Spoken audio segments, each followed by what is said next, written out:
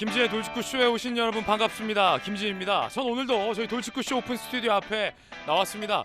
여야에서는 초유의 논란 하나가 있습니다. 이른바 팬티 논란입니다. 민주당의 서영교 의원이 군 장병에게 지급되는 속옷 예산을 너무 대폭 깎았다라고 주장했는데 여당에서는 그거 허위다라며 팬티 업체와의 유착 의혹이나 밝혀라 라고 나왔습니다. 소위 팬티 논란 누구 말이 맞는 건지 잠시 후에 이야기 나눠보겠습니다.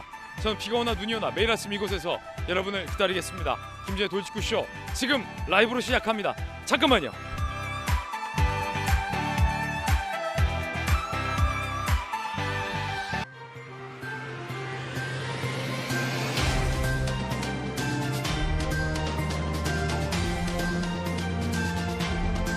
신문 읽어주는 남자입니다. 이 논쟁이 좀 낯뜨겁습니다. 이름도 그렇습니다. 팬티 논쟁.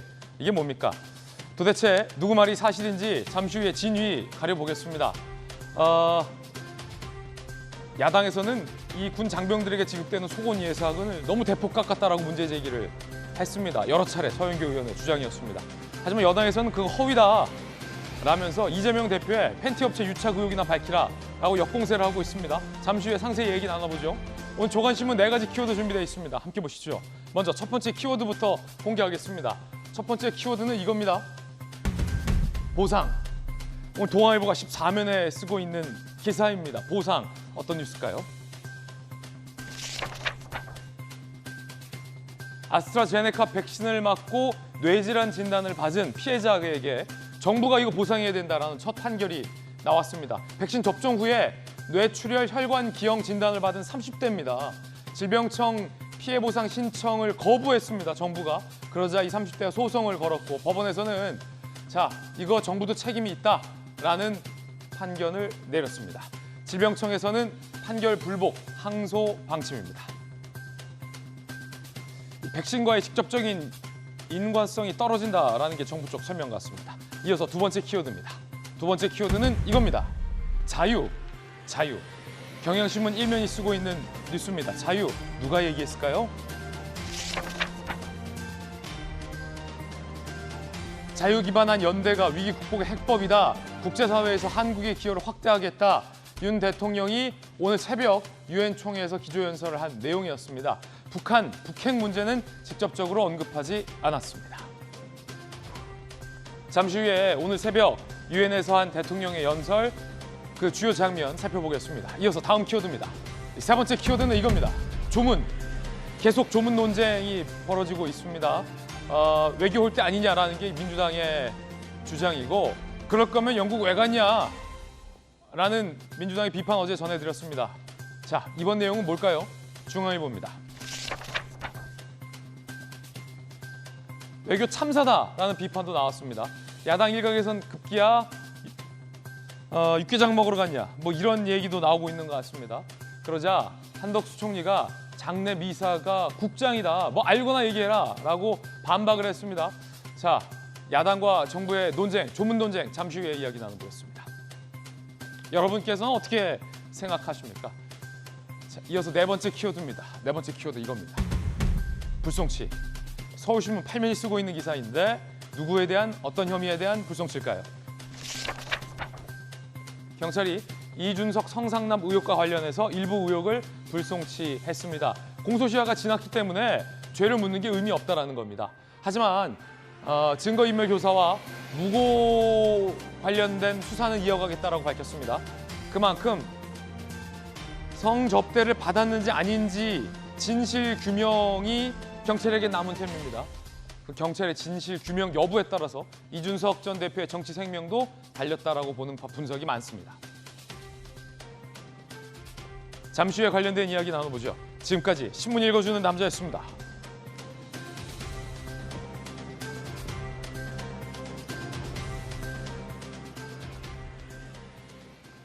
기분 좋은 청량한 가을 아침입니다. 오늘 함께하신 분들 소개해드리겠습니다. 민주당의 대표적인 청년 정치인이죠. 전용기 의원, 돌직구쇼 좌장, 서울시 부시장을 역임한 김영주 의원 나오셨습니다. 국민의힘 비대위로 합류한 법사위 스타국회의원 전주혜 의원, 그리고 법전 들고 나온 정혁진 대표 변호사 나오셨습니다. 어서 오세요. 반갑습니다. 윤석열 대통령이 해외 순방 중입니다. 엘리자베스 2세 여왕의 장례식에도 참석하고 이 조문록도 다 작성을 했습니다. 그런데 국내에서는 대통령이 자리를 비운 국내에서는 영국 그거 왜 갔냐라는 민주당의 비판이 거셉니다. 외교 참사다 뭐 이런 주장도 나왔습니다. 정부와 여당에서는 아니 이게 어떻게 외교 참사냐라고 반박하고 있는 상황. 첫 번째 이야기 지금 시작합니다. 조문 논쟁이 이게 짧게 끝나지 않네요. 길게 가고 있습니다. 생각보다. 자유연대 메시지, 조문 논쟁 소모전. 오늘 새벽 윤석열 대통령이 유엔에서 연설을 했습니다. 그 장면 한 대목 들어보겠습니다.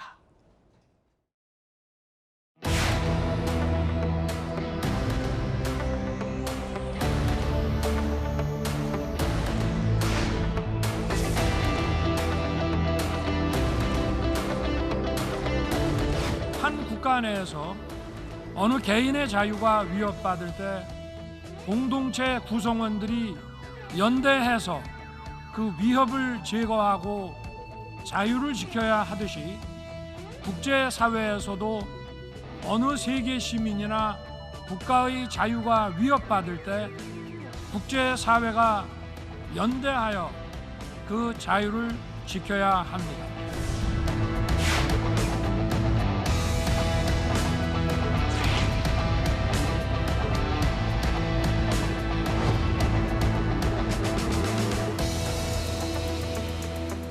오늘날 국제사회는 핵무기를 비롯한 대량 살상무기, 인권의 집단적 유린으로 또다시 세계 시민의 자유와 평화가 위협받고 있습니다. 이러한 자유와 평화에 대한 위협은 유엔과 국제사회가 그동안 축적해온 보편적 국제규범 체계를 강력히 지지하고 연대함으로써 극복해 나아가야 합니다. 오늘 새벽 윤석열 대통령의 유엔 기조연설, 자유와 연대를 강조했습니다. 국제사회에서 대한민국의 기여를 늘리겠다라는 메시지도 담겨 있었습니다. 해외 순방 중입니다. 그런데 앞서 말씀드렸던 것처럼 민주당에서는 강하게 비판하고 있습니다. 조문을 왜 예정대로 하지 못했냐라는 게 문제 제기의 근원인데 영국 왜 갔냐? 육개장만 먹고 왔다. 무능한 외교 참사다. 굉장히 강경한 비판 발언들이 나오고 있습니다. 들어보시죠. 약간 당황스럽고 조문록만 작성하고 왔다고 하니 온 국민이 이건 뭐지? 의문을 제기하지 않을 수가 없는 것 같고요. 상갓집에 가서 조문은 하지 않고 육개장만 먹고 온 것이 아니냐. 교통 통제를 몰랐다면 무능한 일이고 알았는데도 대책을 세우지 못했다면 더 큰 외교 실패, 외교 참사라 하지 않을 수 없습니다. 이 문제는 반드시 좀 짚고 넘어가야 될 문제여서 국회에서 반드시 좀 확인할 그럴 일정과 의전 관련된 내용이라고 말씀드리고요. 자, 영국에 왜 갔냐, 뭐 육개장만 먹고 왔냐라는 비유까지 나왔습니다. 전주현 의원님 어떻게 보십니까? 뭐 육개장만 먹고 오진 않았겠습니다만 결국 조문도 했어요. 그리고 장례식에도 참석하고 조문록도 다 작성을 했는데 야당에서는 굉장히 지금 강하게 비판하고 있습니다. 영국 왜 갔냐?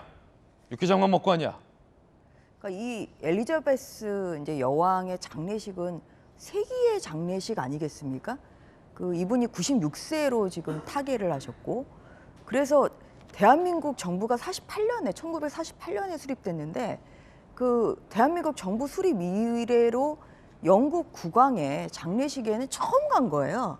윤석열 대통령이 이제 그 정도로 어떤 전례가 없는 것이죠. 그래서 이번 보도에서도 나왔듯이 영국 국민들도 그 조문을 위해서 24시간 이상 지금 긴 행렬을 서서 조문을 좀 했고 많은 사람들이 또 조문 못하고 돌아갔다.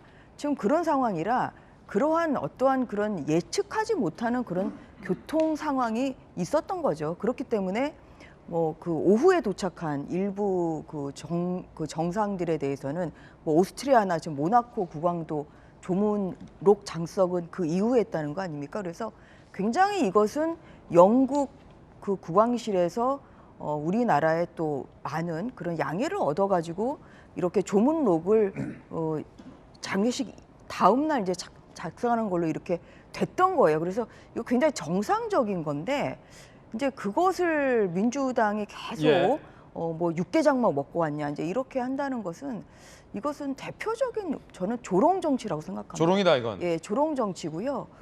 그리고 민주당 의원들의 말을 들으면 확실히 야당 DNA가 진짜 뼛속에 있으신 것 같아요. 무슨 말입니까 이게? 그러니까 야당은 책임을 지지 않고 그냥 비판만 하고 이렇게 하면 되는 거거든요. 그래서 그 여당일 때는 그 실력과 어떠한 그런 책임감을 보여주지 않더니 야당 된 다음에 어떠한 뭐 이러한 그 중대사에 대해서도 결국은 그 상황에 대한 이제 이해는 무시한 채 그냥 본인들이 하고 싶은 이야기, 이렇게 변죽 정치를 지금 하고 있다. 그래서 이것은 정말 국가의 격을 좀 낮추는 그런 일이기 때문에 좀 더 이상의 이러한 그 비판은 좀 자제하는 게 좋겠다 그렇게 생각합니다. 조롱 정치, 변죽 정치, 금도를 넘었다. 야당 DNA 매우 강경한 비판이 나왔습니다. 국민의힘의 입장 들어보시죠. 외교 무대에서의 정상을 그런 식으로 폄하하고 깎아내리는 것은 누워서 침 뱉는 거나 마찬가지고, 대한민국을 대표해서 외교 활동을 하고 계시기 때문에 여야가 정쟁을 자제하고 특히 대통령의 순방 활동에 대해서 비판하는 것을 자제하고 삼가해 왔습니다. 그런데 민주당이 검도에 넘는 근거 없는 비판을 하고 있어서 매우 우려스럽습니다. 이 조문 외교마저도 국내 정치적 정쟁거리로 몰아가는 이 행태 바꿔야 될 때가 오지 않았습니까? 자, 처음에는 이제 민주당 일각에서 주장이 좀 다양했어요. 그러니까 청와대가 좀 일정과 순방 그 동선에 대해서 정신을 바짝 차려야 된다라는 어떤 뉘앙스의 지적도 있었는데 하루 이틀이 지나다 보니까 외교 참사다, 육개장만 먹으러 갔냐, 영국 왜 갔냐라는 뭐 이제 전세적인 공세 분위기로 확 민주당이 지금 전환된 느낌인데 지금 여당에서는 굉장히 반발하고 있습니다. 이거 조롱하는 거냐 뭐냐 어떻게 보세요? 이게 외교 참사가 아니면 도대체 무엇이 외교 참사냐? 외교 참사다. 저는 그렇게 보고 있습니다. 사실 그 대한민국 국민들은 옛날부터 사실 대한민국이 커온 위상을 잘 알고 있다 이렇게 보고 있습니다. 사실 지난 정부를 뭐 잘했다 이렇게 평가하기보다는 지난 정부에서 G7 국가들과 그러니까 G7의 국가 정상들과 어깨를 나란히 하고 가장 중간에서 사진도 찍고 정말 대한민국 국격이 올라갔다라는 것을, 그러니까 국민들의 노력으로 대한민국 국격이 굉장히 상승해서 우리도 G7 국가만큼의 그 정도의 자격을 가졌다. 그러니까 대한민국이 자랑스럽다 이야기를 했었는데 지금 갑자기 윤석열 대통령이 취임하고 나서 외교 무대에 처음 나가고 사실 조문 외교를 하겠다라고 큰 소리 치고 나갔는데 조문은 하지 않고 리셉션만 참석했다라는 거예요. 그러니까 이걸 한국식으로 바꾸다 보니까 육개장만 먹고 온 거 아니냐 이렇게 얘기하는데요. 사실 장례식장에 가면 조문을, 그러니까 고인에게 인사를 드리고 나서 이후에 이제 육개장을 먹는 리셉션 장소가 있는데 조문 안 하고 리셉션 장소만 가니까 육개장만 먹고 온 거 아니냐 이렇게 이야기를 하는 거예요.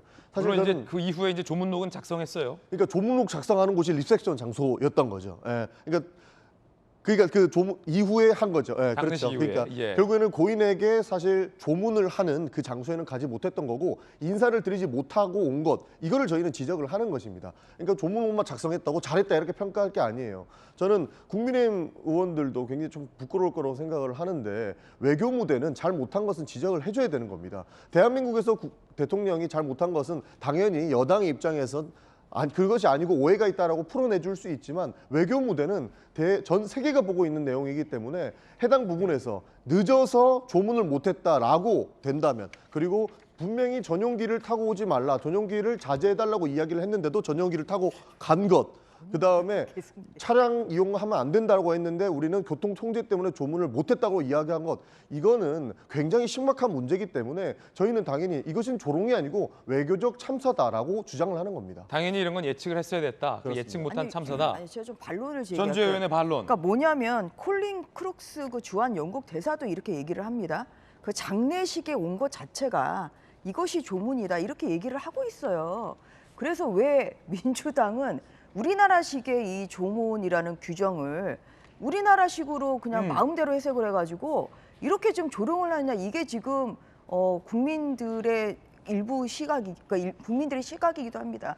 그러니까 뭐냐면 이게 대부분의 사람들이 조문을 가고 장례식장에 안 가죠. 장례식에 가는 게 이게 가장 극진한 이런 조문 아니겠습니까? 장례식에 갈 정도면 정말 굉장히 그것은 가까운 사이다. 또한 최고의 그러한 조의를 표명하는 것이 그게 당연히 장례식장에 가는 것이죠. 그래서 장례식에 또 초청을 받았고 우리 그 윤석열 대통령도 그리고 또한 장례식장에 갔기 때문에 주한 영국 대사조차도 장례식장에 가는 것이 이것이 조문이다. 그 다음에 또한 새 국왕을 또 만났고 이러한 것을 봤을 때 영국 그 주한 영국 대사 역시도 이것이 조문을 한 것이다. 이렇게 얘기를 하고 있어. 이렇게 평가를 하고 있는데 민주당은 어떤 근거에서 계속 실제 그 조문 일정에 맞춰서 이제 조문하지 못했다. 이것만 지금 계속 그렇게 변죽을 울리고 있기 때문에 이것은 이제 너무 지나치다. 이제 이런 얘기가 자연스럽게 나오는 것이죠. 이게 언제 있었던 일입니까? 이게 어제 있었던 일도 아니고요. 월요일에 있었던 일이에요. 월요일에. 예. 월요일에 있었던 일을 오늘까지 얘기를 한다는 것은 이것은 너무 지나친 정쟁이다. 뭐 이러한 피로감이 있다는 것이죠. 자, 여러분들은 어떻게 생각하십니까? 그러니까 여왕의 관이 안치된 곳에 가서 참배를 하지 못한 것, 첫날 일정에. 그리고 나서 국왕의 리셉션 행사에 참석을 했죠. 그리고 다음 날 장례식장을 참석하고 조문록도 작성을 했어요. 그게 과연 조문을 못하고 육개장만 먹고 온 외교 참사인지 아니면 양국 간의 정상적인 양해 하에서 이루어진 정상적인 외교 일정인지 국민들이 판단하실 것 같은데 일단 영국의 입장은 뭔지 지금 민주당 국민의힘 입장 봤잖아요. 영국 당사자의 입장은 뭔지 주한 영국 대사 입장 나왔는데 흥미롭습니다. 콜린 크룩스 주한 영국 대사 장례식이 핵심 행사다. 그 앞에 이제 그 여왕의 관에 참배하는 것보다 주한 영국 대사관저에 대통령이 직접 오셔서 조문록에 서명하신 건 국민들에게 큰 위로를 주었다. 새 국왕도 만나셨고 국장에 참석하셨다. 그걸 조문이라고 생각한다. 이 영국의 입장이에요. 한국에 나가온 영국을 대표한 영국의 입장은 조문을 한 거다. 대통령이. 그걸 감사하다라는 영국의 입장이 나왔습니다.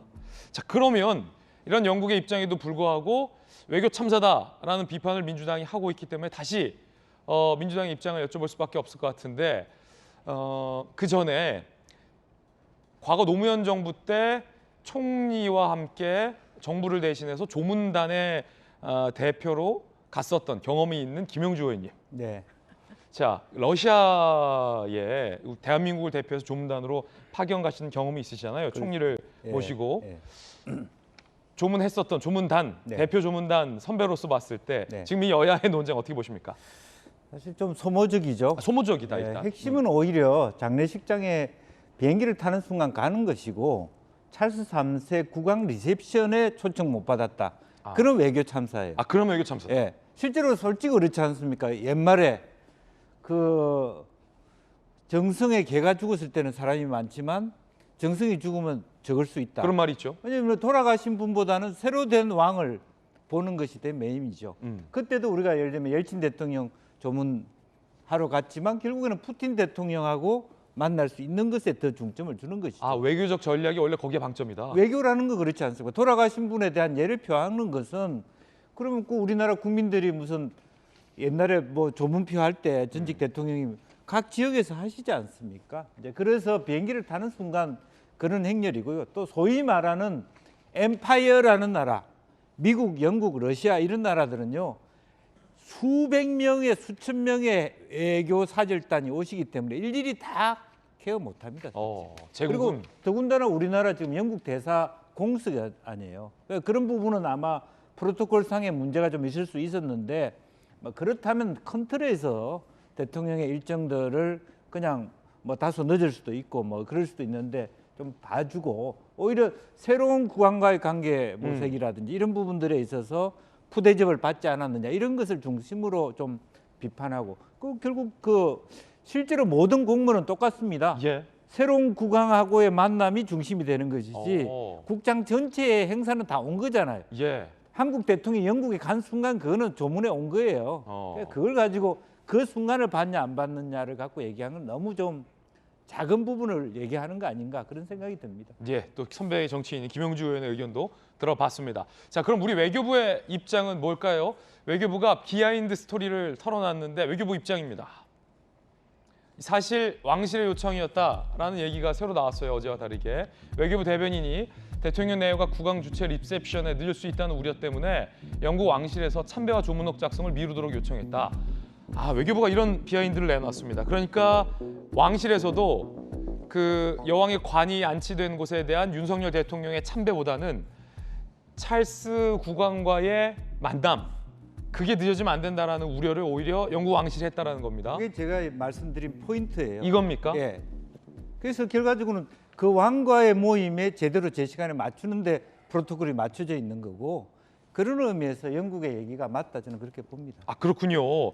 자, 진중권 교수가 여야의 논쟁을 보면서 한마디 일침을 가했다고 합니다. 진중권 교수입니다. 그 오후 2시 이후에 도착하는 그 국가 정상들 같은 경우에는 장례식이 끝난 다음에 조문을 해라. 예. 이렇게 얘기가 된 거라고 하고요. 이게 왜 이렇게 중요해요? 장례식이 본행사인데. 예. 그리고 이거 가지고 논쟁하는 나라 없거든요. 그 바이든 같은 경우에도 원래 자기 입장보다 늦게 지각을 했잖아요. 근데 그거 가지고 좀 더 일찍 출발했어야 된다, 뭐 의전이 문제다, 이렇게 논쟁하지는 않거든요. 너무 유치한 것 같아요. 실제로 미국의 조 바이든 대통령은 중요한 본 행사인 장례식에 지각을 해서 대기 후에 늦게 입장을 했다라는 사실이 외신 보도로 나왔습니다. 바이든 대통령 부부가 영국 여왕 장례식 참석 당시에 10분 지각을 했다. 버스를 이용한 각국 정상과 달리 비스트 전용차까지 타고 이동을 했는데 늦었군요. 무공훈장 수훈자들 입장 완료까지 바깥에서 이 대미국의 대통령이 대기를 하다가 지각해서 늦게 입장을 했다라는 겁니다.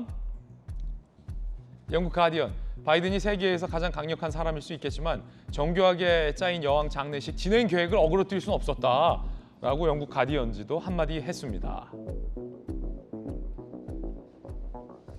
자, 이렇게 바이든 대통령 내외가 입장을 하고 있는데요. 이게 이제 10분 이후에 밖에서 대기하다가 이제 뒤늦게 이제 입장 순서가 밀려서 대기하다가 뒤늦게 이제 입장을 하게 됐다라는 겁니다. 미국 대통령도 늦을 수 있군요. 정익준 변호사님. 네네. 그러니까 모든 문제의 그 시발점은 전용기가 늦게 떴기 때문에 발생한 것이 아닌가, 그 생각이 들고. 오늘은 전용기가 문제네요. 그다음에 제가 봐도 미숙한 점이 있어요. 그런데 만약에 제가 영국 사람이라고 하면 좀 어리둥절할 것 같아요. 왜냐하면 남들이 보면 대한민국이 영연방 일원인가, 영국이 우리 종주국인가, 왜 여왕 때문에 저렇게 난리를 피지? 여왕이면 되게 유명한 사람이고 그렇기 때문에 예의를 갖춰야 되지만, 그렇다고 해가지고 이런 식으로까지 이렇게 여야 간의 설전을 계속할 일인가, 그 생각은 들고요. 저도 이제 나이 들어가지고 문상 여러 번 가는데 문상을 왜 가느냐? 장례식에 참석할 수 없기 때문에 가는 거예요. 제일 그 상주 입장에서 제일 좋은 거는 장례식에 끝까지 참석해서 가야 되는 건데, 그 다음에 관에다가 이제 문상을 못했기 때문에 문제가 됐다, 조문을 못했다, 이렇게 이야기를 하지만 사실 장례식장에 여왕의 코핀이 있었어요, 관이. 그렇다라고 하면 그게 그렇게 큰 문제인가, 그런 생각이 들고, 그 다음에 오히려 바이든이 훨씬 더 큰 실수를 갖다 저지른 거죠. 왜냐하면 장례식장에는 그 한 대한민국 대통령 어디에 앉고 미국 대통령 어디에 앉고 그런 거 다 있지 않았겠습니까? 다 짜여져 있습니까? 다 짜여져 있고 그때까지 다 정확하게 입시를 해야 되는데, 그런데 그걸 놓쳤다라고 하면은 오히려 바이든이 훨씬 더 큰 결례를 저지른 것이 아닌가. 그다음 저는 제일 듣기 좀 민망했던 말이 참사라는 말이었어요. 왜냐하면 우리나라에 참사라는 말이 들어간 법이 있거든요. 사회적 참사 특별법이 있어요. 거기서 사회적 참사로 규정한 게 두 가지가 있습니다. 첫 번째는 세월호 사건이고, 두 번째가 가습기 살균제 사건이거든요. 아니 이렇게 조문 좀 못한 게 참사라고 한다라고 하면, 그러면 그 조문 못한 것하고 세월호나 가습기 살균제 사건이 동격이란 이야기입니까? 그렇게 이거는 어떻게 보면 외교적인 해프닝이지, 이런 걸 갖다가 이런 식으로 침소봉대하고 과장하고 하는 것은 참 다른 나라 사람들이 보기에도 참 민망할 것 같고, 그다음에 그러니까 영국 대사도 오죽하면 저런 이야기를 했을까, 그런 생각이 들어서 이 이야기는 더 이상 이렇게 질질 끌거나 이야기할 성질의 것은 전혀 아니다, 저는 그렇게 판단합니다. 예, 의견 들어봤습니다. 자, 다시 전용기 의원님. 저도 여기까지만 딱 했으면 좋겠다라는 말씀드립니다. 그리고 정익준 변호사께서 딱 정확한 핵심을 짚어주셨는데요. 외교 참사라고 부르는 이유가 사실상 전용기가 늦게 떠서 그런 겁니다. 그러니까 그 전용기는 왜 자꾸 늦게 뜹니까? 그게 외교 참사라는 전용기요. 거예요. 그러니까 우리가 대한민국에서 우리는 그 여왕의 그 조문을 하기 위해서 가겠다. 조문 외교를 하겠다라고 큰 소리 치고 갔는데 의전을 어떻게 했는지 전용기를 늦게 띄웠단 말이에요. 그러니까 대한민국에서 영국까지 가는 데에 시간이 많이 소요되는 것을 이미 예상하고, 그리고 거기에는 이미 교통 통제가 있을 것이라는 것을 이미 예상하고 갔어야지, 사실상 전용기를 늦게 띄워서 영국에 늦게 도착했고, 그 늦게 도착하니까 차량을 이용하겠다고 했는데 영국 측에서는 차량 이용이 안 된다고 이야기를 했고, 이 부분에서 사실 뭐 모든 전 세계의 모든 수장들이 한 조문을 윤석열 대통령만 못한 부분, 이 부분을 저희가 잘못됐다고 지적을 하는 것입니다. 처음부터 우리는 크게 조문을 하겠다라고 이야기를 하고 갔는데 의전 부분에서 분명히 무리가 있었고, 그 무리 때문에 조문을 정확하게 하지 못한 점, 뭐 뒤에 조문록은 작성을 했습니다만 그 지점에 대해서는 분명히 실수가 있었기 때문에 다음번에는 이런 잘못을 하지 않아야 된다, 이런 말씀을 드리는 것입니다. 예,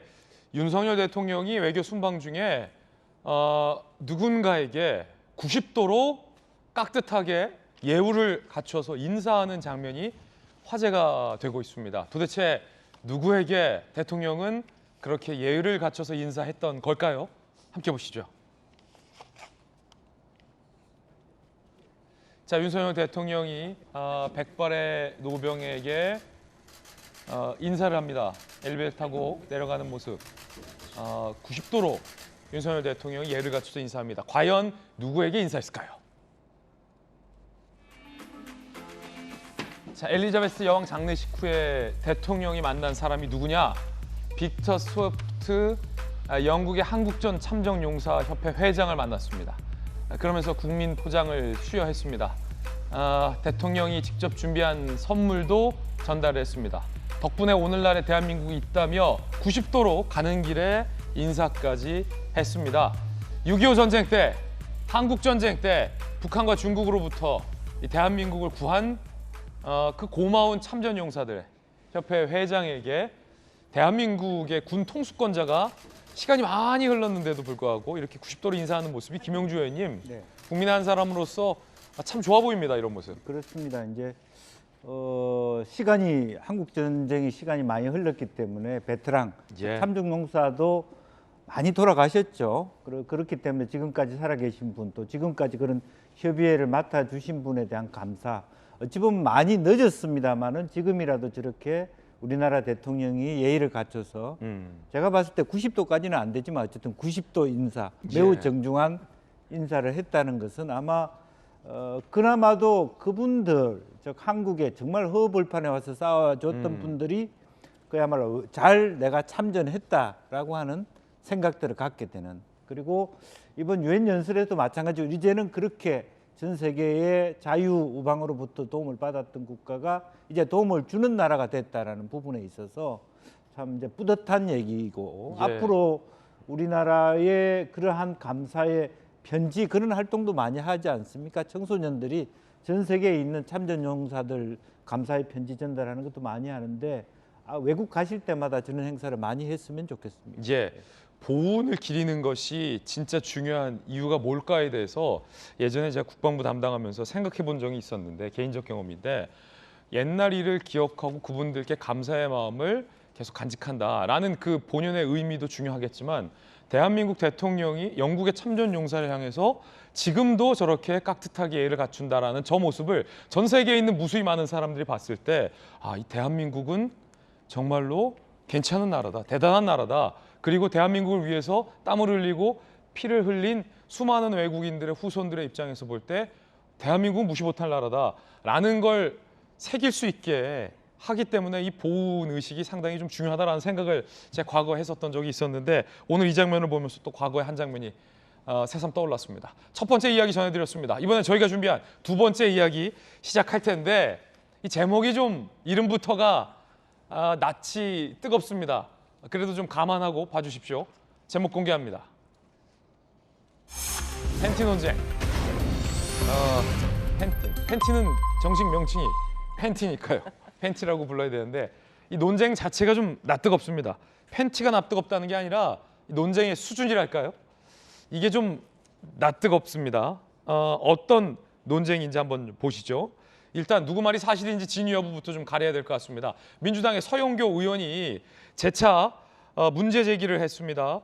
민주당의 최고위에서까지 문제 제기가 됐고 이재명 당대표도 서영교 의원의 비판을 거들어서 윤석열 정부를 비판했습니다. 어떤 문제 제기인지 한번 보시죠.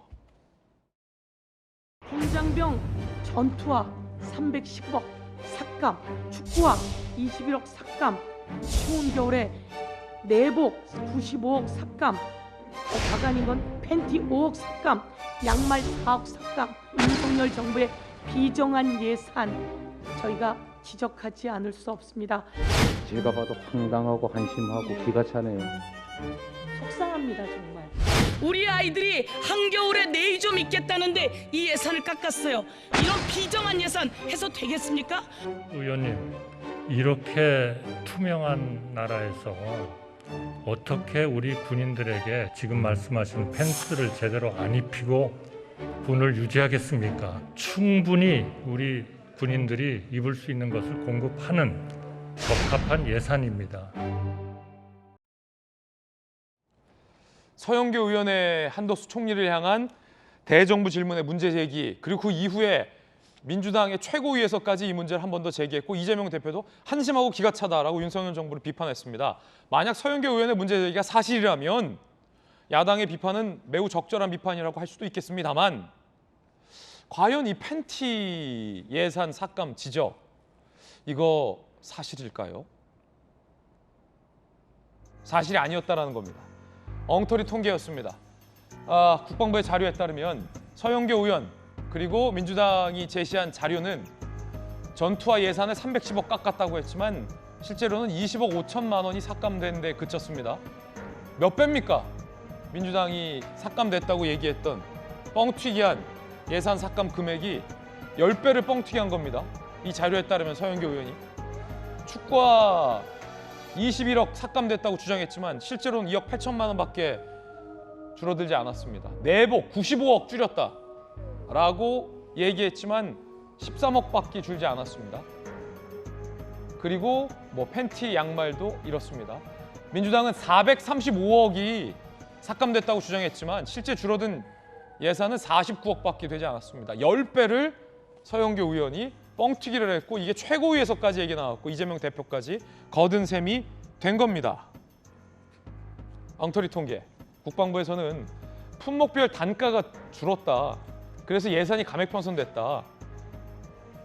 해당 품목은 장병들에게 정상 보급 가능하다. 출처 분명한 허위 내용이 사실인 것처럼 보도된 것에 유감을 표했습니다. 알고 봤더니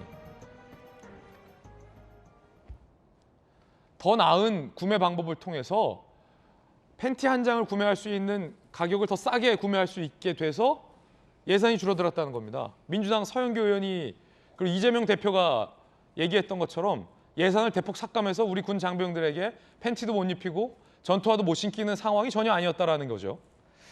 결국 이 문제 제기가 엉터리였다라는 셈이 됩니다. 그러자 여당이 이렇게 비판했습니다. 서영교 의원님, 공부 좀 하시고 대정부 질문을 하시기 바랍니다. 해당 품목은 단가 하락으로 감액 평선된 것입니다. 단가 하락이 비정합니까? 황당하고 기가 막힙니다. 민주당 모 의원이 장병 피복비를 국방부가 삭감해서 비정한 예산이다 이런 왜곡된 주장을 했는데 정리된 전반적인 팩트를 국민들께 알려줄 수 있겠습니까? 양말이라든지 팬츠라든지 이런 것들은 좀 더 나은 이런 구매 방법을 통해서 가격이 인하됐기 때문에 그러한 숫자들이 나왔다 하는 말씀을 보고 드렸고요. 우선. 자, 결국에는 이 엉터리 통계로 민주당 의원이 질의를 했고 최고위에서까지 자료를 흔들었는데 그 엉터리 문제 제기에 당대표까지 엉터리로 정부를 비판한 셈이 돼버렸습니다. 네. 전주 의원님 어떻게 보십니까? 저는 저걸 보면서 진짜 그 지난 5년간 문재인 정부에서 술술 빠져나간 예산이 얼마나 될지 오히려 한번 점검을 해봐야 된다고 생각합니다. 이 정도 팬티 갖고 이렇게 왜냐하면 단가를 이렇게 낮추고 이런 방법이 충분히 있었다는 거 아닙니까?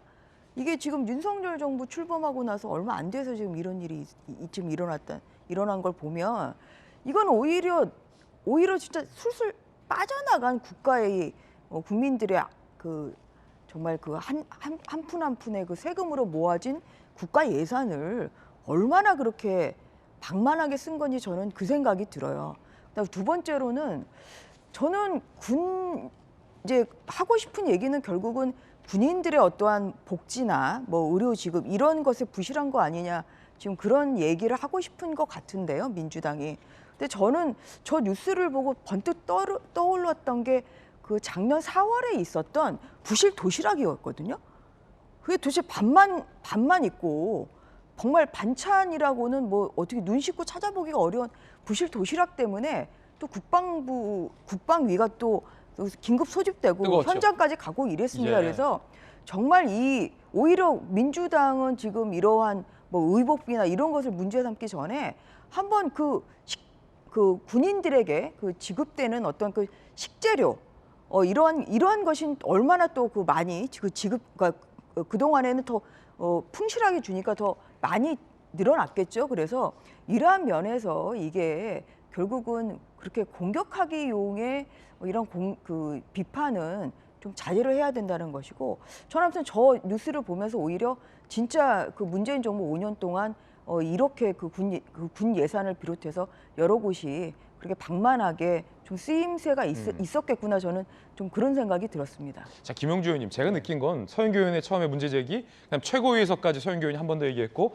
당 대표까지 윤석열 정부 한심하다 이랬잖아요. 전 그래서 설마 저 자료가 허위일 줄은 몰랐는데 서영교 의원 밑에 서영교 의원의 뭐 선수도 많고 방에 보좌관도 많을 거 아닙니까? 동료 의원도 있을 거고 당 대표실 보좌관도 있을 텐데 또 이재명 대표는 경기도지사까지 했고 대선 후보까지 하신 분이잖아요. 그 많은 보좌관 중에 단 한 명도 서영교 의원이 흔들었던 저 자료의 진위에 대해서 체크 안 해봤다는 사실에 오히려 더 놀랐습니다. 그래서 이제 이 부분을 사실 국방위에 있는 군인 출신의 김병주 의원이 아마 초기에 이런 자료를 줬기 때문에 굉장히 당에서 쉽게 검증 없이 믿지 않았겠냐.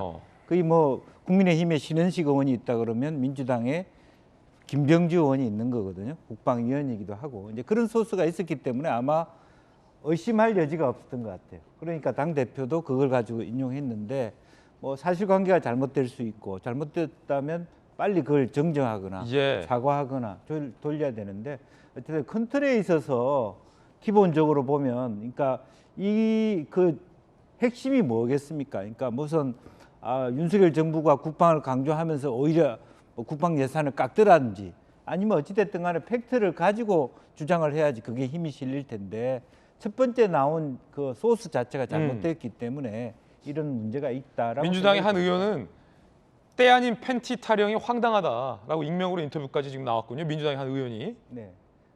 그나마도 뭐 양말 또 팬티 예산들은 사실은 더 지금이 오히려 더 잘못됐어요. 실제 깎인 예산이 팬티 예산이 더 많이 줄였어요. 그러네요. 그런데 이건 완전 뒤바뀌게 된 건데 전투화가 310억 깎였다는 건 엄청나게 큰 숫자인데 그런 부분에 대한 감이 없다는 게 가장 안타깝습니다. 서영교 의원과 전투화를 얼마를 줄여야지 310억이 예산이 줄어들 겁니까? 누가 봐더라도 예산 초보자라도 이런 문제의식은 가져야 돼요. 축구화를 얼마나 많이 샀으면 21억이라고 하는 예산을 깎인다. 이건 좀 예산이라는 기본 세트 자체가 동네일을 95억을 깎으려면 얼마의 동네일을 사야 되느냐. 계산해 보면 사실은 이건 잘못된 부분이 있다라고 유추해 볼 수 있다는 측면에서 아픈 부분이 있다. 이 흔들기 전에 자료 흔들기 전에 딱 보고서 그 개념을 딱 파악했어야 되는데 그렇습니다. 예산에 대한 개념이 그러니까 너무 없는 거 깎인 아니냐. 예산이 301억이면 전투화를 몇천억을 사야 된다는 얘기인데 그게 과연 현실적인가를 물어봤어야 돼요. 아무도 당대표가 기가 찬다라고 비판하기까지 민주당의 아무도 이에 대해서 체크해 본 사람이 없다. 국민들 어떻게 보실지 좀 궁금해집니다. 자, 그럼 서영교 의원 본인의 입장은 뭘까요? 서영교 의원은 그럼에도 불구하고 예산 삭감 맞지 않냐? 라는 반응입니다. 감액사항의 수치 차이가 있었지만 예산이 삭감된 건 맞다. 물가가 대부분 올랐는데 장병들 물품만 단가가 낮아졌다는 것인가? 자, 지금 국방부 반박이 다 나왔고 실체적 진실이 어느 정도 다 규명이 됐는데도 서영교 의원은 잘못을 인정하지 않고 있는 그런 상황인가 봅니다. 전윤기 의원님. 좀 넓게 해석해서 이런 문제가 발생하지 않았나 싶어요. 그러니까 전투화로 구매할 수 있는 이 예산을 딱 잡아놓은 이것만 사실 봐야 되는데 거기에서 혹시 이것도 전투화로 볼 수 있지 않을까 하는 내용까지 좀 넓게 해석하다 보니까 이런 수치의 오류가 있었지 않을까 싶습니다. 근데 이 수치의 오류는 잘못된 것은 바로 잡아야 되는 것이 사실 당연하다고 생각을 하고요. 사실 저는 이 이야기의 핵심이 사실 팬티 논쟁이 아니라고 생각을 합니다. 이렇게 그 예산을 줄이고 늘리고 하는 것은 한정된 예산으로서 많은 곳에다가 써야 되기 때문에 이런 예산을 줄이는데 장병들 예산 같은 경우는 굉장히 조삼모사인 경우가 많았습니다. 예전에도 우리 국민들이 알고 있는 것처럼 만약에 비품, 그러니까 월급을 올려준다 그러고 비누값을 깎는다거나 이런 식으로 조삼모사 예산이 많았어가지고 해당 부분도 그런 논쟁이 아니었을까라고 의심을 하고 있고요. 사실 하나만 추가적으로 말씀드리면 이렇게 예산 깎아서 결국에는 윤석열 정부는 어디에 대해 예산을 투입하려고 하는가를 사실 민주당이 이야기를 하려고 하는 것입니다. 많은 국민들이 공분을 샀던 영빈관 800억 같은 경우에도 어딘가에서는 예산을 깎아와가지고 이 800억 원을 충당했어야 된다는 거거든요. 그러니까 그런 측면에서 어떻게 예산이 사용되고 있는지를 면밀하게 좀 더 검토해서 앞으로 있는 11월, 12월에 있는 본 예산에는 확실히 수치부터 틀리지 않게끔 문제 제기를 하고 잘된 것이 있다면 오히려 칭찬해줘 가면서 정부가 올바른 방향으로 갈 수 있게끔 해줘야 된다. 저는 그렇게 생각합니다. 예, 자 국방부에서 법무실장을 맡았던 국방부 출신의 정혁진 변호사님, 지금 서영교 의원의 이 반응이 다소 황당한데 많은 언론들의 문제 제기가 있었는데도 불구하고 예산이 삭감될 게 맞지 않냐. 그러니까 또 여당에서는 삭감과 감액의 개념 차이도 모르냐라는 지적까지 나오거든요. 어떻게 보셨습니까? 그러니까 삭감하고 절감을 구분하지 못하는 거 아닌가. 옛날부터 군납 비리에 대해서 의심이 많았어요. 그런데 적어도 이제 지금 군납 업체하고 유착은 안 된 거 아니냐. 오직 지금 이제 김영주 의원님 말씀하신 것처럼 저도 조금 전에 통계를 봤더니 팬티값만 올랐단 말이에요. 그럼 팬티 업체하고 유착됐을까? 그런 생각이 잠깐 들긴 했는데 설마 그런 생각은 들고, 그다음에 전주혜 의원님 말씀하신 것처럼 오히려 이전에 비정상적인 가격으로 저런 그 물품들을 구매했던 것이 아닌가, 그것을 오히려 더 찾아보는 게 맞지 않나 그런 생각이 들고요. 왜 이렇게 그 서영교 의원 같은 그런 분들은 객관적 사실을 보지 못할까? 저는 맹목적인 것이기 때문에, 맹목적이라고 한 말 자체가 눈이 멀었다는 뜻이잖아요. 그러니까 하나에 딱 꽂혀가지고 무조건 이건 비판을 해야 돼. 그러니까 객관적인 그런 사실들이 안 보이는 것 같아요. 그래서 저는 이참에 그냥 의원님들께는 죄송하지만 저렇게 명백한 실수를 하신 의원님들께는 페널티로 세비도 좀 삭감했으면 좋겠다 그런 생각이 듭니다. 삭감입니까? 아니면 절감입니까? 아무거나 괜찮을 것 같습니다. 그렇군요. 정혁진 변호사님의 의견도 들어봤습니다. 자, 그러자 여당에서는 이 팬티 논쟁을 되치고 나섰습니다. 뭐라고 되치게 나왔을까요? 민주당 감액과 삭감도 구분 못한 것. 이재명 대표는 팬티 예산이 아니라 팬티 업체와의 유착이나 설명하라. 쌍방울 얘기를 또 되치고 나섰습니다. 팬티 얘기가 나와서 말인데요. 쌍방울 업체의 그 도피 중인 전 회장의 측근이 체포됐다는 소식도 들어왔습니다. 함께 보시죠. 쌍방울 전 회장 측근 체포, 무슨 영화 같아요. 쌍방울 전 회장이 도주를 했는데 도주한 태국의 호화 리조트에서 지내면서 회도 공수하고 유명 가수도 만나고 지인 여성도 거기 데려가고 쌍방울 임원들이 태국 왔다 갔다 했다라는 보도해드렸는데 이건 또 어떤 소식인지 한번 보시죠. 자금 흐름을 조사하던 중에 그제 쌍방울의 한 계열사의 전 대표 이모 씨, 이 이모 씨가 김성태 쌍방울 전 회장의 측근이라고 합니다. 프랑스에 체류 중인데 인터폴 수배가 들어오자 자진귀국해서 체포했다라는 또 수사의 성과를 전했습니다. 검찰에선 쌍방울이 발행한 전환사채 등이 이재명 변호사 비로 대납됐을 가능성도 있다라고 수사를 하고 있는 것으로 보고 있습니다. 정혁진 변호사님, 일단은 변호사비 대납 의혹은 아직까지 나온 게 없으니까 그건 차차 수사 경황을 좀 지켜보면서 국민들이 판단하셔야 될 것 같고, 쌍방울이라는 기업이 지금까지 나온 검찰의 수사 내용만 보면 이재명 지사가 경기도 지사로 있었던 그 경기도와 매우 친했다. 특히 이재명 지사의 측근이었던 이화영 경기도 평화부지사와도 매우 친했던 걸로 보인다. 법인카드도 제공했다는 의혹이 있고 경기도의 평화 행사 때 아태협에 우회적으로 예산을 경기도 예산을 지원해 준 거 아니냐라는 의혹도 나왔고 쌍방울 건물에서 무상으로 아태협에게 건물도 지원해 준 거 아니냐라는 것도 있는데 쌍방울 전 회장이 지금 도피 중인데 거기에 뭐 수사기밀도 쌍방울이 유출해 갖고 호화스러운 도피 생활까지 영위했다. 이런 거 종합해 봤을 때 어제 박정호 의원은 국민의힘의 박정호 의원은 지난 정부에서 누군가 쌍방울에 대해서 강하게 비호했던 세력이 있었으니 이런 호화 도피도 가능하다. 봐준 거 아니냐 쌍방울에 대해서. 그런 의혹을 제기했어요. 그런데 지금 마침 측근이 체포됐습니다. 이분도 프랑스에서 도피 중에 인터폴 수배가 들어오자 자진 귀국을 했어요. 네. 자, 그렇다면 이 측근을 통해서 뭘 검찰은 얻을 수 있을까요? 일단은 쌍방울하고 경기도 이재명 전 지사 여러 가지 문제들이 있는데 지금 말씀하신 것처럼 부지사한테는 법인카드 제공했죠. 그다음에 경기도 행사 관련해가지고 수억 원에 상당하는 그 금액을 지원을 했는데 그런데 쌍방울 자금 상태가 그렇게 좋지 않은 상태이었음에도 불구하고 옛날에 제가 이제 이런저런 일을 갖다 했을 때 모 재벌그룹 회장이 자기 아들이 다닌 그 미국의 그 대학에다가 200만 불인가 그 기부한 게 있었어요. 예. 그 업무상 배임이었거든요. 쌍방울도 그런 일이 될 수 있지 않을까. 그다음 제일 민감한 게 이제 이재명 대표의 그 변호사비 대납 관련된 의혹. 그다음에 지난번에 이제 그 공직선거법 관련해 가지고는 공소시효 때문에 그 불기소를 했지만 예. 검찰에서는 굉장히 의심이 간다 이런 그 뉘앙스를 풍겼기 때문에 그렇기 때문에 핵심적인 이 담당자가 자진해서 귀국할 수밖에 없었다라고 하는 사실은 결국은 그 사람이 못하러 귀국을 했겠습니까?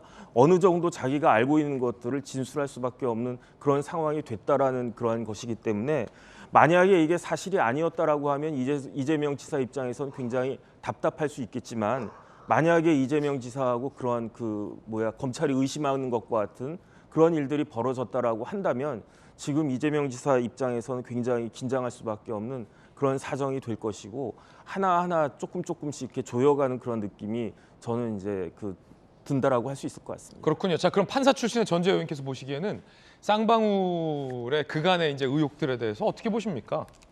냄새가 많이 나죠. 냄새. 예. 어떤 그런데 냄새요? 이제 심증 가지고는 기소가 안 되는 거니까 그렇죠. 이제 물증이 좀 있어야 되는데 근데 이제 어느 정도로 쌍방울 그룹에서 그렇게 마술을 펼쳤냐. 그 검찰 수사관을 결국은 매수를 해서 그래서 압수수색 자료를 지금 싹 다 지금 빼냈다는 거 아닙니까? 그렇죠. 그러니까 압수수색 해봤자 어차피 그냥 허탕이에요, 허탕. 왜냐면은 다 미리 알려주니까. 그러니까 회사를 압수수색 해봤자 필요한 자료는 다 빼돌리는 거죠. 그래서 가장 중요한 것이 이제 그러한 자료 확보인데요. 이게 수사 기밀이 지금 새어나가는 이런 것 때문에 그동안 수사 진전이 제대로 안 됐던 것이고 그렇게 수사 기밀을 누설한 이 수사관은 지금 구속돼서 재판을 받고 있지 않습니까? 이 정도로 지금 그 수사 유착이 심하다는 것은 이것은 뭔가 숨길 게 굉장히 많다는 거죠. 굉장히 숨길 게 많고 그렇기 때문에 지금 굉장히 사실은 지금 쉽게 갈 수 있는 압수수색을 해서 제대로 자료 확보가 됐다면 쉽게 갈 수 있는 것을 엄청나게 지금 돌아서 가고 있는 거예요. 그래서 그 과정에서 지금 인터폴 수배를 해가지고 지금 프랑스에서 김성태 전 회장의 최측근 인사가 지금 국내에 지금 이송되고 있다. 지금 이런 뉴스가 오는 것이고요. 한동훈 장관이 이제 그러니까 대정부 질문에서 또 하는 걸 이렇게 들어보니까 또 거기에서도 지금 김성태 전 회장이 지금 싱가포르에 있는지 아니면 그러니까 동남아 쪽에 있긴 한데 태국에 태국에 있는지 사실 이제 그런 것도 좀 말하기를 굉장히 좀 조심스럽게 하던데 한동훈 장관이요? 예, 그런데 이제 그 부분에 있어서도 좀 어느 정도 이제 좀 진행 중이다 이러한 이제 구체적인 수사를 보고를 지휘를 하지 않기 때문에 그 정도로 답변을 좀 하고 있던데요. 그래서 지금 법무부에서는 국제 범죄인 사법 공조를 통해서 할 수 있는 그러한 지금 조치를 취하고 좀 있는 것으로 그렇게 보이고요. 가장 키는 지금 태국인지 동남아든지 도파 중인 김성태 전 회장이 이제 오는 것이 가장 중요한 거겠죠. 그래서 그것을 위한 좀 조치들을 좀 취하고 있는 것으로 그렇게 보입니다. 그리고 아무래도 이제 김성태 전 회장이 이제 국내에 이제 송치가 된다고 하면 그때 좀 본격적인 좀 그 수사가 좀 될 수도 있겠습니다만, 근데 가장 아쉬운 것은 예. 정말 이 수사관과의 정말 이 유착으로 중요한 자료들을 지금 많이 빼돌린 것 같아요. 그래서 좀 그런 부분이 굉장히 좀 아쉽다는 그런 생각이 듭니다. 한 보도에 따르면 사실인지 여부는 좀 따져봐야겠지만 이화영 부지사에게 제공했다는 법인카드 의혹과 관련해서 그 쌍방울에 남아있는 회계 자료, 장부가 없어졌다. 네. 뭐 이런 보도도 나온 기억이 나는데, 자, 이를 포함해서 만약에 없어진 자료들이 있다면 어떻게 알고 없앴는지, 원래 없었던 건지 여부도 좀 수사를 통해서 진위 규명을 해야 할 것 같습니다. 민주당에서는 이 쌍방울 수사에 대해서 어떻게 보고 있습니까? 전교 의원님. 저희 뭐 나오기 전까지는 다들 말을 조심히 하는 분위기이기도 그렇습니까? 합니다. 왜냐하면 이게 수사성의 내용이기 때문에 저희가 괜히 이건 맞다 아니다라고 이야기할 수 있는 부분도 아니고, 그렇죠. 사실 이화영 부지사 발로 이야기들이 많이 나오고 있습니다만, 이화영 부지사와 관련돼서 뭐 이화영 부지사 입에서 나온 얘기는 전혀 보도도 되지 않고 있는 이런 지점에서 이화영 부지사 입장은 뭡니까? 저도 못 봤는데 잘. 저희도 사실 그것을 파악하지 못하고 있습니다. 그렇군요. 이거 본인도 사실 언론에, 그러니까 대언론 그리고 국민들께 이야기하기에는 어려운 부분이 있을 겁니다. 그러니까 수사를 받고 있는 과정 중이고 결국에는 증거로 모든 내용들 이야기해야 되는데, 본인 입장에서는 당연히 뭐 억울하다면 그 억울함을 풀기 위해서 당연히 수사상에서만 이렇게 이야기를 할 부분이지, 사실 대언론에서 이야기를 해서 더 의혹을 키울 수 있는 이런 지점을 안 만들려고 하고 있습니다. 그래서 민주당에서도 이 수사 상황을 좀 더 지켜보고 있습니다. 뭐든지 결국에 증거가 나오고 문제가 있다면 바로 잡아야 되는 것은 변하지 않는 원칙이기 때문에 좀 더 지켜봐야 된다는 입장입니다. 자, 또 다른 기업이 등장했죠. 두산그룹. 성남FC 후원 의혹과 관련해서 검찰이 수사를 받고 있는데, 검찰이 두산그룹의 본사를 압수수색했습니다. 이재명 당시 성남시장 당시 분당구에 있는 병원 부지 3천여 평을 상업용지로 용도 변경해 줍니다. 그 덕분에 두산이 막대한 이익을 보게 된 형국이 됐죠. 55억 상당의 광고비를 성남FC에 지원했는데, 검찰 수사 중에 성남시와 두산 관계자가 주고받은 공문 내용도 확보된 걸로 보도가 됐습니다. 그 공문 안에는 용도 변경을 해주는 대가로 성남FC에 후원을 해주겠다라는 내용을 성남시와 두산이 공문으로서 의논했다라고 전해져서 상당히 지금 논란이 거세지고 있습니다. 이게 청탁, 대가성 아니냐라는 논란이 불거졌습니다. 검찰은 어제 두산그룹 본사의 서버를 압수수색했습니다. 저 김영주 의원님, 그 경기도보다 이제 예산이 더 큰 서울의 부시장을 역임하셨잖아요. 예산이 경기도가 더 클 경기도가 수도 더 있을 텐데요. 큽니까? 서울이 특별시라 더 크지 않을까요? 뭐 어쨌든 막상막하잖아요, 경기도랑. 경기도 부지사랑 서울 부지사도 막상막하일 것 같은데. 부지사는 서울이 한층 높습니다. 부지사는 한층이 높습니까? 그 기업으로부터 부시장, 서울 부시장은 도지사급입니다. 특별시이기 때문에. 기업으로부터 법인카드 받으신 적 있습니까? 그런 적은 없습니다. 그런 게 아니라 서울시 부시장이 갖고 있는 카드 용량이 그걸 다 쓰기도 다 못 써요. 다 쓰기도 버겁습니다. 그래서 뭐 다른 데 법인카드를 가졌다라고 하는 것은 사실은 공무원 카드가 쓰고 있는 용도가 한정돼 있기 때문에 좀 뭐 이화영 우리 킨텍 사장한테 미안하지만 다른 용도로 편안하게 쓸 수 있는 서비스를 받았다. 해서는 안 봐야 돼. 되겠다. 해서는 안 돼. 사실이라면. 자, 그럼 두산 이야기인데, 이거는 좀 그 쌍방울의 법인카드 이화영 건과는 좀 성격이 다른 것이, 이 법적으로 이거를 어떻게 볼 건가에 따라서 상황이 좀 달라질 것 같아요. 그러니까 두산이 성남FC에 냈던 후원금의 55억을 어떤 언론에서는 검찰발로 이렇게 의심하더라고요. 원래 성남시가 기부 체납을 받아야 되는데 용지를, 땅을, 그 비율을 15%에서 10%로 성남시가 깎아줬다. 근데 그 5%에 해당하는 가격을 계산해 보니까 이게 공교롭게 딱 성남FC에 냈던 55억이다. 뭐 이런 의심도 있습니다만, 어쨌든 뭐 디테일은 나중에 논의하더라도 그 55억 후원금이 부정한 청탁과 대가성을 바라고 낸 돈이냐, 아니면 정상적인 성남FC에 대한 어떤 공공 후원의 성격이냐, 이거를 좀 가리는 게 중요하지 않겠어요, 법적으로? 그러니까 이제 재판부가 어떻게 볼지는 모르겠습니다만, 아직까지 법적으로 보면은 광고비를 기부 체납이라도 할 수 있느냐라는 게 가장 큰 문제인 것 같아요. 아주 간명하게 말하면. 실제로 우리 서울시가 큰 지역 개발을 함에 있어서도 기부 체납을 받습니다. 가령 뭐 마을을 위한 큰 문화센터를 건립하거나 또 혹은 뭐 큰 분수대를 열거나 이런 것들 다 하죠. 아마 그런 것까지 논의하는 것은 불법도 아니고 엄밀하게 얘기할 이유도 없는 겁니다. 실제적으로 이익을 받기 때문에 그런 건데 아마 그 당시에는 아마 성남 축구단이 일화라고 하는 통일교 재단의 후원을 받고 있는데 그 재단이 떨어져 나감으로써 성남시장 입장에서는 성남 FC를 키우기 위해서 그 재단에 대한 후원이 필요하다라고 생각했기 때문에 예. 가급적이면 그것을 하나 그 당시에 이재명 지사가 시장이 그것을 어떤 공익적이라고 판단한 거죠. 성남 축구 구단을 위해서 지원하는 것이니까 기부 체납에 준한다라고 판단해서 그걸 말하자면 자연스럽게 논의를 했기 때문에 공문까지 오지 않았겠나 싶습니다. 만약 그게 불법이었다면 굳이 왜 두산과 같은 큰 법조인이 그 안에 있는 그 공기관에서 회사에서 공문을 통해서 그런 후원을 할 수 있다는 얘기를 했겠습니다. 아, 그럴 수 있겠군요. 네. 그래서 그런 부분들을 정확하게 이것이 하나의 성남 시민을 위한 공익적인 기부 체납에 준한다라는 판단을 했기 때문에 했을 거라고 보여지고요. 네, 그런데 아마 재판부가 이 부분을 이제 업무론적으로 본다라면 예. 돈을 50억을 넣어서 누군가 그 돈을 인센티브를 통해서 다시 빼냈을 것이다. 검찰은 그런 입장이 있을 수 있다라고 보여지고 그런 부분을 정확하게 좀 균형 있게 봐줬으면 좋겠다는 게 제 생각입니다. 전윤기 의원님, 민주당에서는 이 두산 성남 FC 수사는 어떻게 봅니까?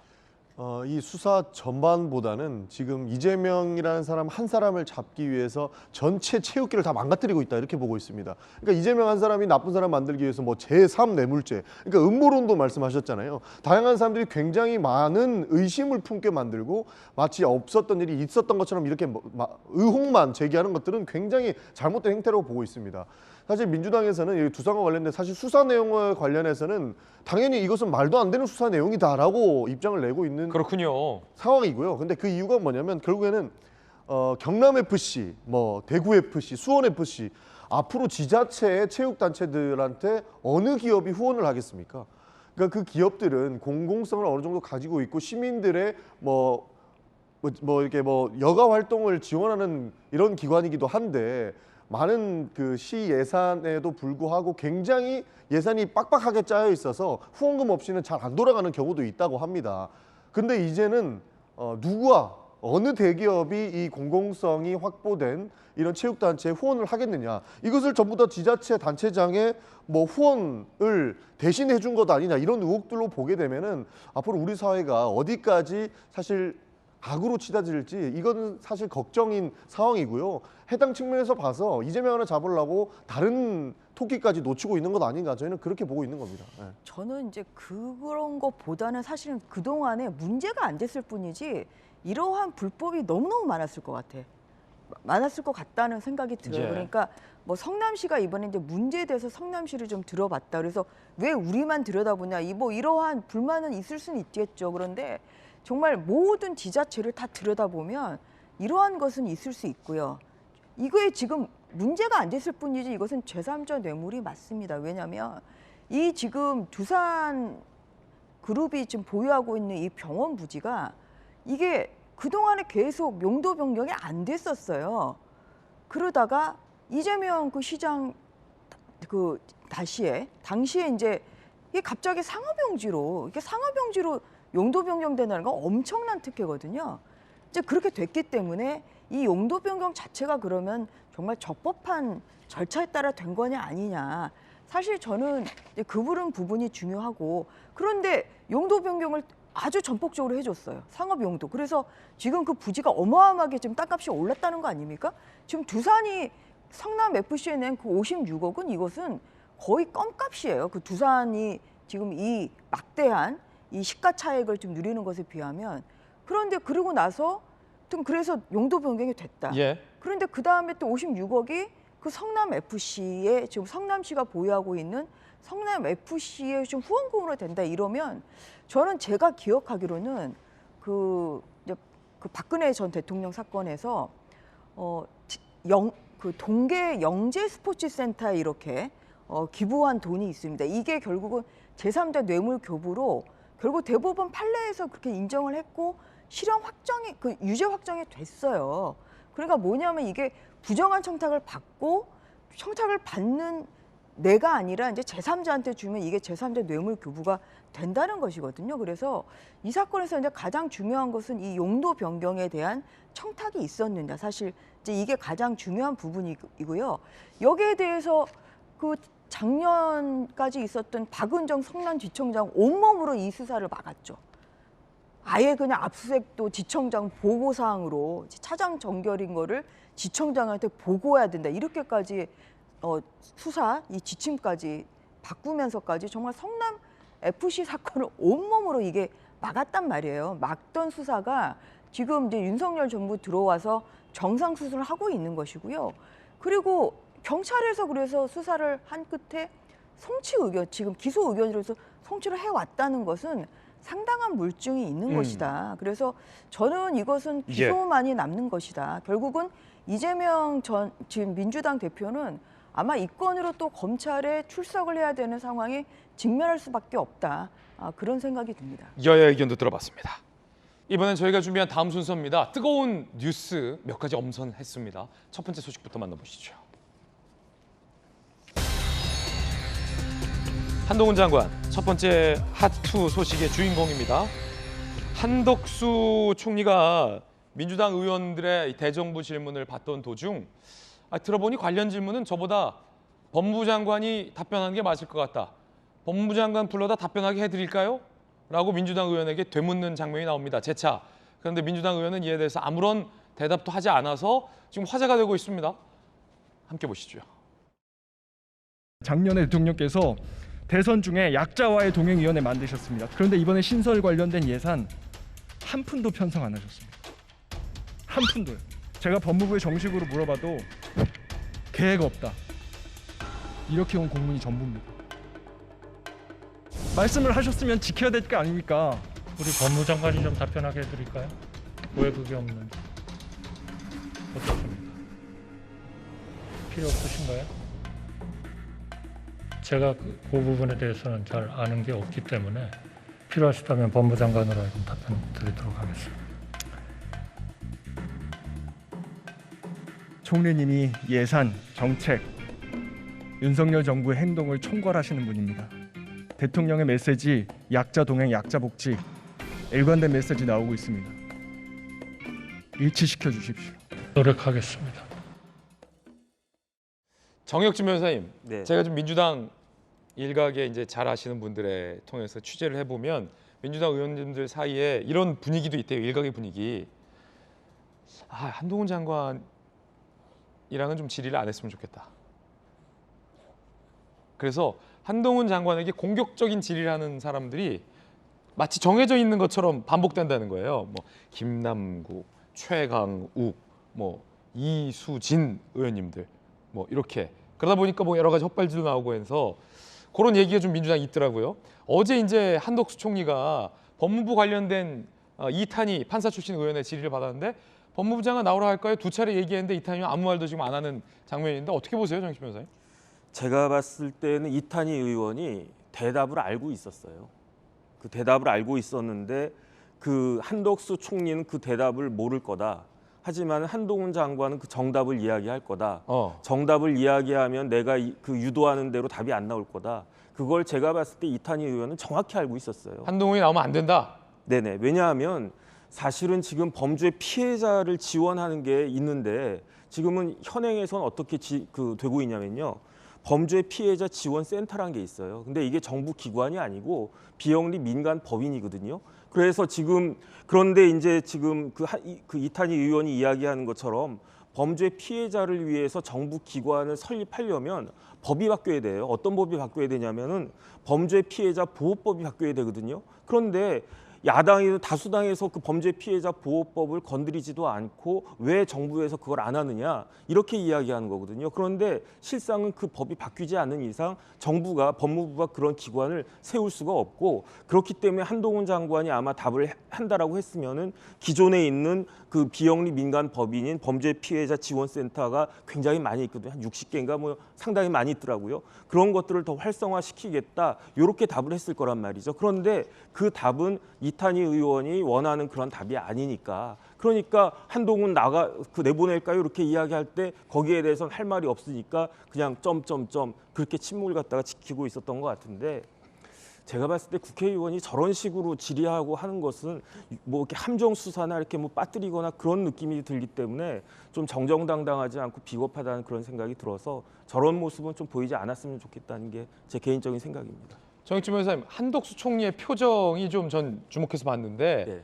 뭐 지금 이탄희 의원이 왜 침묵을 했는지는 뭐 알 수 없는 일이니까, 반면 이제 한덕수 총리의 목소리나 이 여유 있는 표정은 우리가 유추해 볼 수 있을 것 같아요.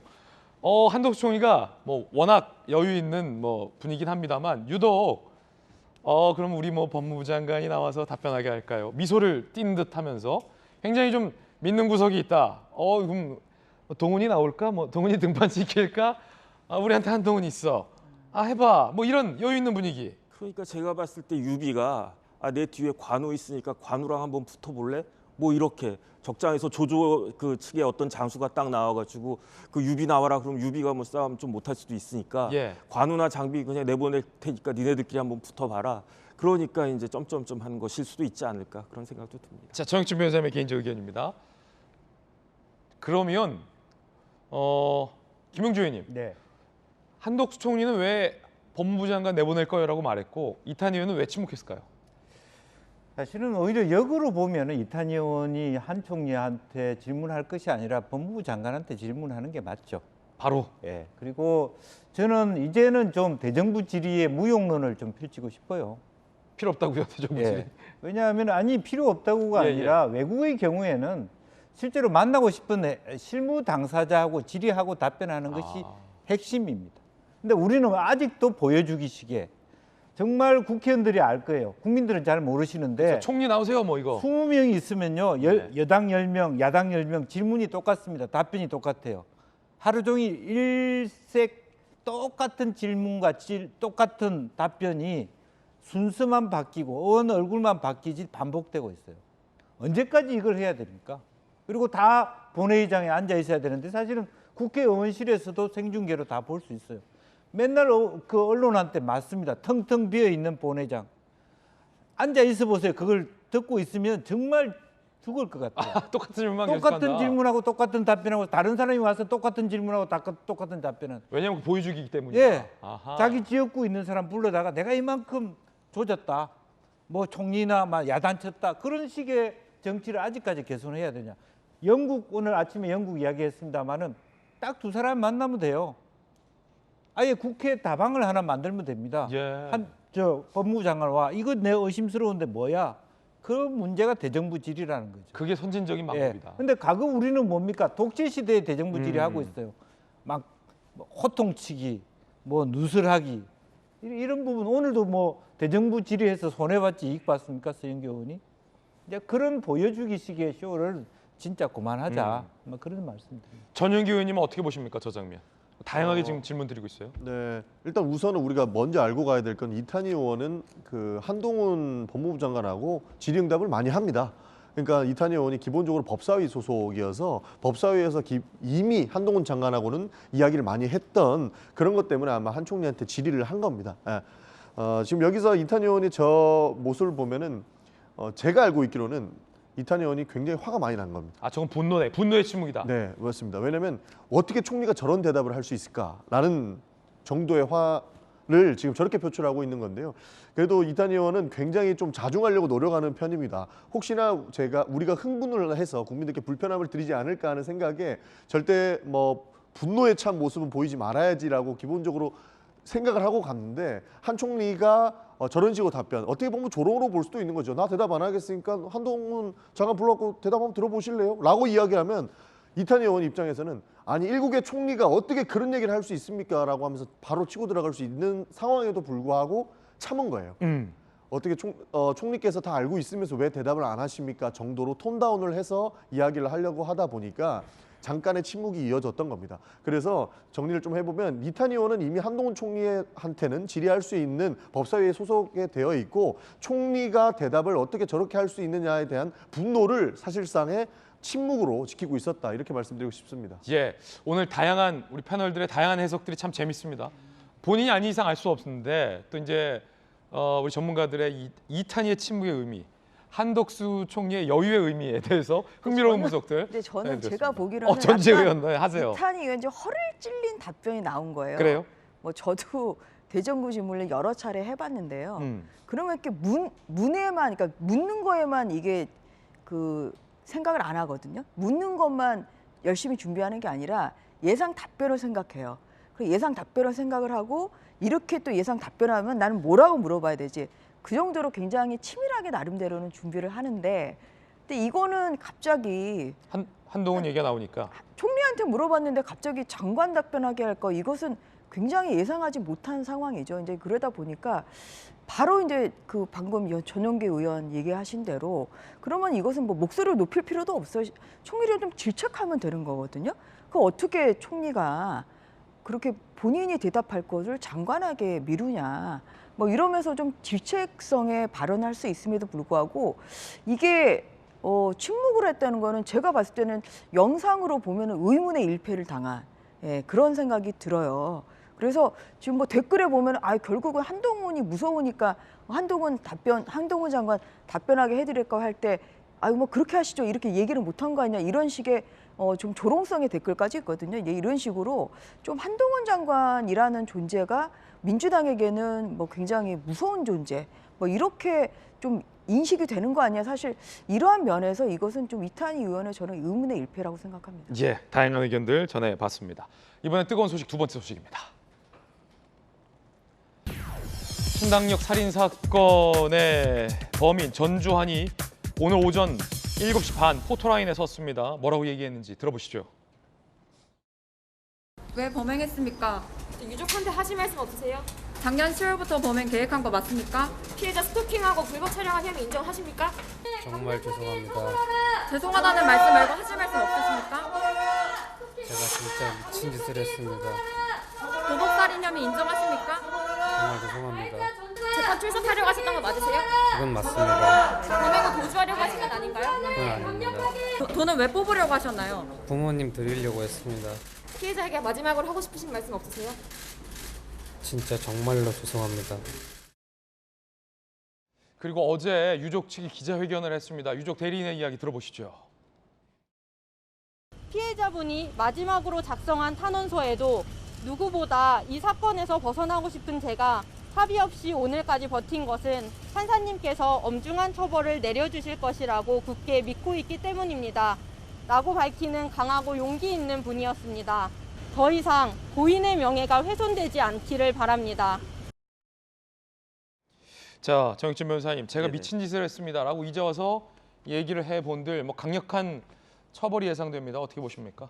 이게 이제 보복살인이거든요. 이게 특가법이기 때문에 일반적으로 그 살인죄는 뭐 최하 5년 이상 징역해가지고 사형까지 가능한데 보복살인 같은 경우는 굉장히 그것보다 훨씬 더 강한 그 처벌을 받을 수밖에 없고 정말로 제가 봐도 너무너무 말도 안 되는 그런 일을 저질렀고 헛똑똑이었던 것 같아요. 명문대 출신의 CPA도 붙고 뭐 그랬다라고 하는 건데 자기만의 세계에 빠져가지고 자기만의 그 생각대로만 이 세상을 살려고 하다 보니까 저런 끔찍한 행동을 한 것이 아닌가 싶습니다. 예, 자 뜨거운 소식 전해드렸습니다. 이번엔 저희가 준비한 다음 이야기입니다. 국민의힘 상황 짚어보겠습니다. 정의석 비대위원장과 유상범 의원 간의 문자 메시지도 노출이 됐고 이준석 전 대표 측은 강하게 반발하고 있는 가운데 경찰이 성상납 의혹과 관련해서 일부 혐의를 불송치했습니다. 공소시효가 지났다는 겁니다. 그 이야기 지금 시작합니다. 성상납 의혹 불송치, 정치적 해결이란 길. 이준석 성상납 의혹을 수사 중인 경찰이 공소시효가 지났다며 일부 혐의 의혹에 대해서 불송치 결정을 내렸습니다. 경찰 어제 이준석 전 대표에 대해서 2013-2015 성매매 알선수재 혐의 공소시효 경과 이후로 불송치를 했습니다. 불송치를 하게 되면 성매매, 성상납이 있었는지 없었는지에 대해서는 알 길이 없어집니다.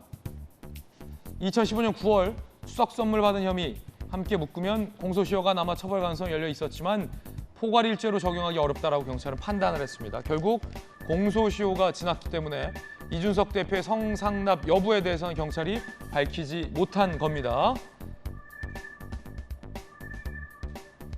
다만 이런 여지가 남았습니다. 이게 중요한데 경찰이 계속 수사하겠다라고 의지를 밝힌 대목이 어떤 거냐면 측근을 시켜 7억 원 투자각서를 써주고 성접대 없었다라는 사실 확인서를 받은 증거인멸 의혹, 그리고 김성진 대표 측에게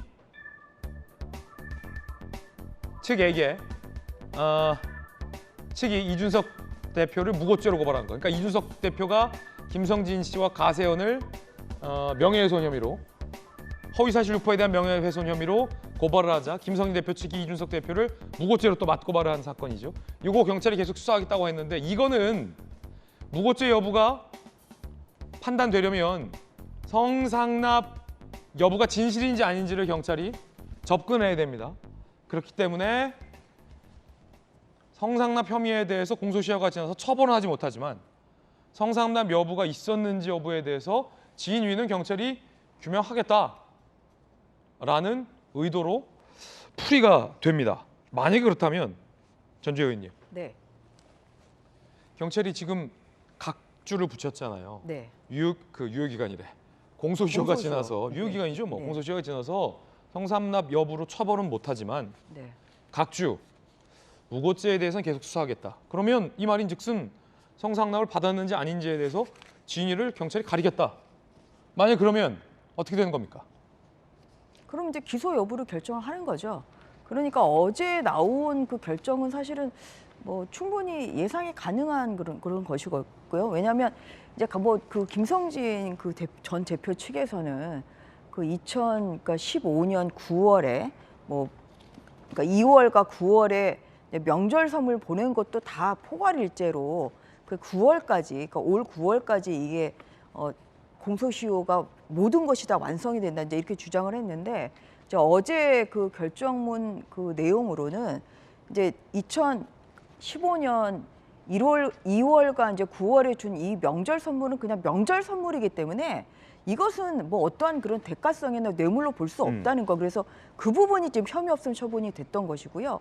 그 이전에 2014년부터 2015년까지 대가성으로 줬다고 뭐 얘기하는 이런 여러 가지 향응이랄지 뭐 어떠한 그런 선물이랄지 이제 이런 것은 지금 공소시효 만료로 지금 어제 이제 또 그 불송치 결정을 내린 거거든요. 그래서 이 공소시효 이제 만료이기는 하지만 과연 이러한 이제 뭐 접대가 있었는지 어떤 대가성의 이러한 뭐 금품수수가 있었는지 사실 이제 이 부분에 대해서 아직 그 불기소 결정문에서 판단은 안 한 거죠. 그리고 이제 여기에 따라서 이제 무고 여부, 그 다음에 또 뭐 증거인멸, 뭐 교사, 뭐 이런 것이 이제 드러나는 거라 저는 오히려 좀 유의미하게 봐야 된다는 것은 이게 만약에 그 성접대 뭐 의혹이 정말 이거는 말도 안 되는 사실도 아니다. 이랬으면 어제 같이 불송치 결정을 했을 것 같아요. 이게 경찰이 이제 이 부분도 같이 김성진 뭐 전 대표를 몇 차례 좀 소환해가지고 조사를 하고 있는데 그리고 며칠 전에 또 장모 씨 그 투자각서 7억 원을 그 써줬을 때 있었던 그 장모 씨도 지금 소환 조사했다 이런 언론 보도가 나오고 있는데요.